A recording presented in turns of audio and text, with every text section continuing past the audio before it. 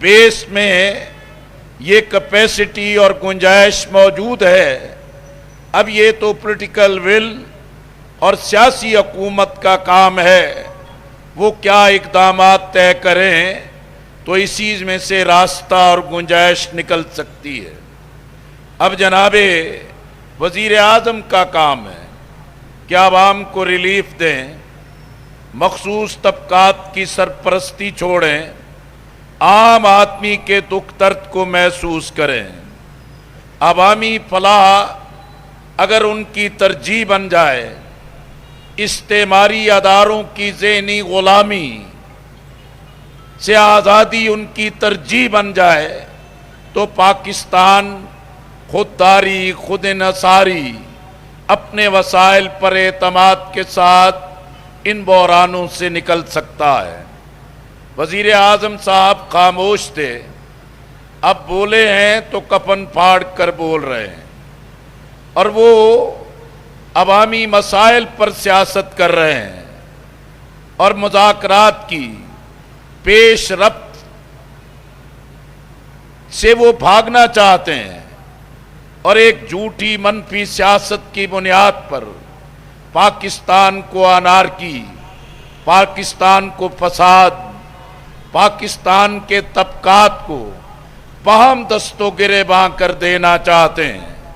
انشاءاللہ ہم ان کی منفی اور جھوٹی سیاست سے پاکستان کے عوام کو محفوظ رکھیں گے۔ اسی طرح ایک وفاقی وزیر صاحب نے یہ فرمایا کہ سی پیک کی پیش رفت میں رکاوٹ پیدا ہے۔ ہم ان سے کہنا چاہتے ہیں، جماعت اسلامی اس سی پیک کی، اس گیم چینجر پلان کی اور پاک چین دوستی کے اس ثمر کی حامی ہے، اور ہمارا چین کے ساتھ جماعت اسلامی کا سی پی سی، کمیونسٹ پارٹی آف چائنا کے ساتھ ایم او یو ہے، اور ہم نے سی پیک کے اس پورے پلان کے ابتدائی تمام مراحل کی آل پارٹیز کانفرنس میں شرکت کر کے اس کی حمایت کی،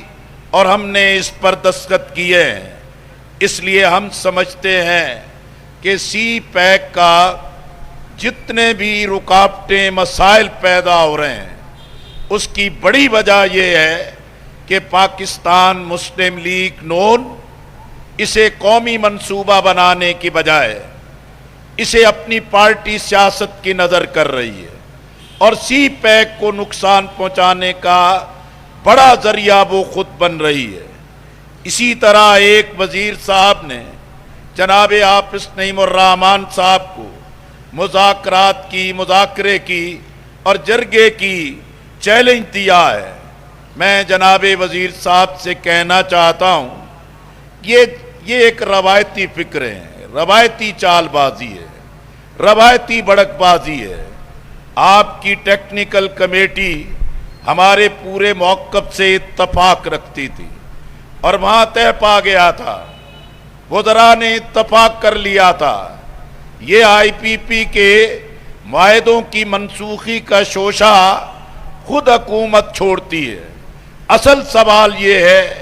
کہ نظر ثانی ہو، ریویو ہو اور فرانزک آڈٹ ہو، اس پر سب نے اتفاق کر لیا، لیکن وہ سودے بازی کرنا چاہتے تھے۔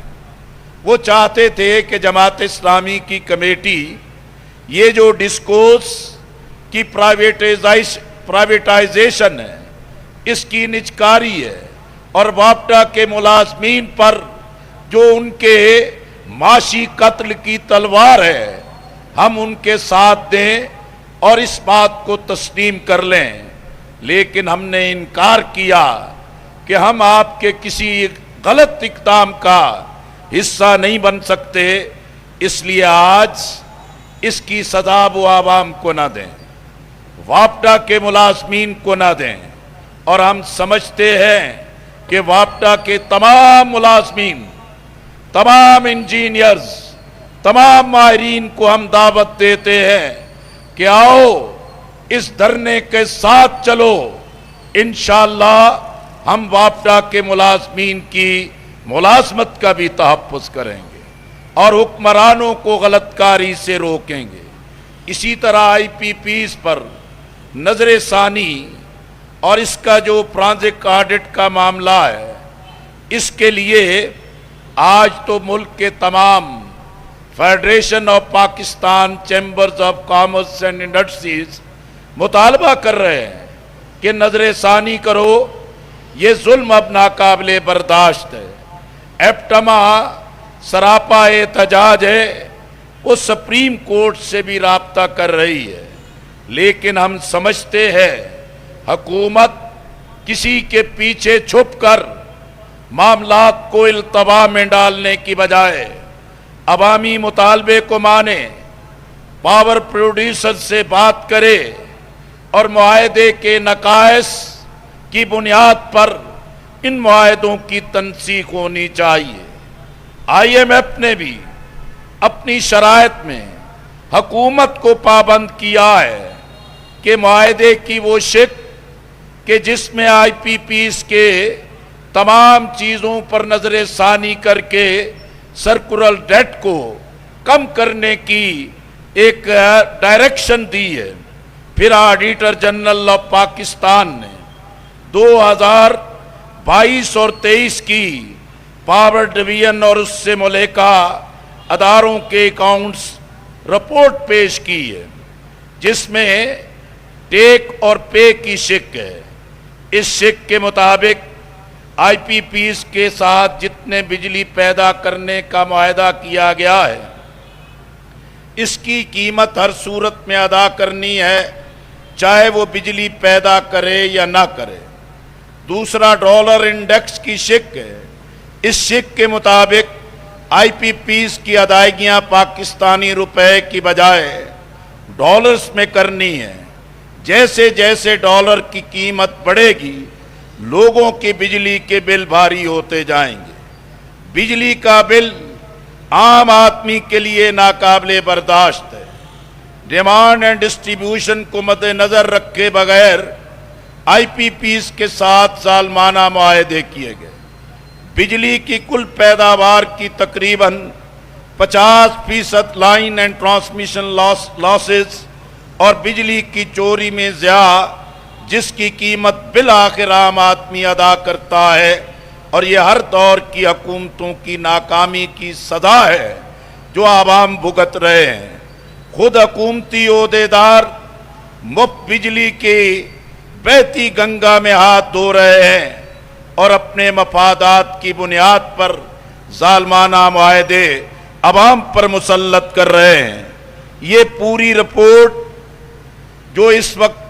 آڈٹ کی صورت میں آج ہم اس کو جاری کر رہے ہیں، جناب قیصر شریف صاحب آپ تک پہنچا دیں گے۔ یہ دھرنے کی طرف سے آئی پی پیز پر جو آڈیٹر جنرل آف پاکستان کی آڈٹ رپورٹ ہے، ہم آج اس کو جاری کر رہے ہیں اور پوری قوم اس کو دیکھ لے۔ پھر وابڈا چیئرمین سجاد غنی صاحب نے یہ کہا ہے کہ آئی پی پی کا نظام ناقص، اس طریقے سے بجلی کی قیمت میں بے تحاشا اور ظالمانہ اضافہ ہوا ہے، اور انہوں نے کہا کہ پیداواری صلاحیت بڑی اور 7% ڈیمانڈ تھی، لیکن 5% حاصل کی گئی، اور فالتو بجلی کی کھپت کا کوئی نظام حکومتوں نے نہیں بنایا۔ 2013 سے 2023 تک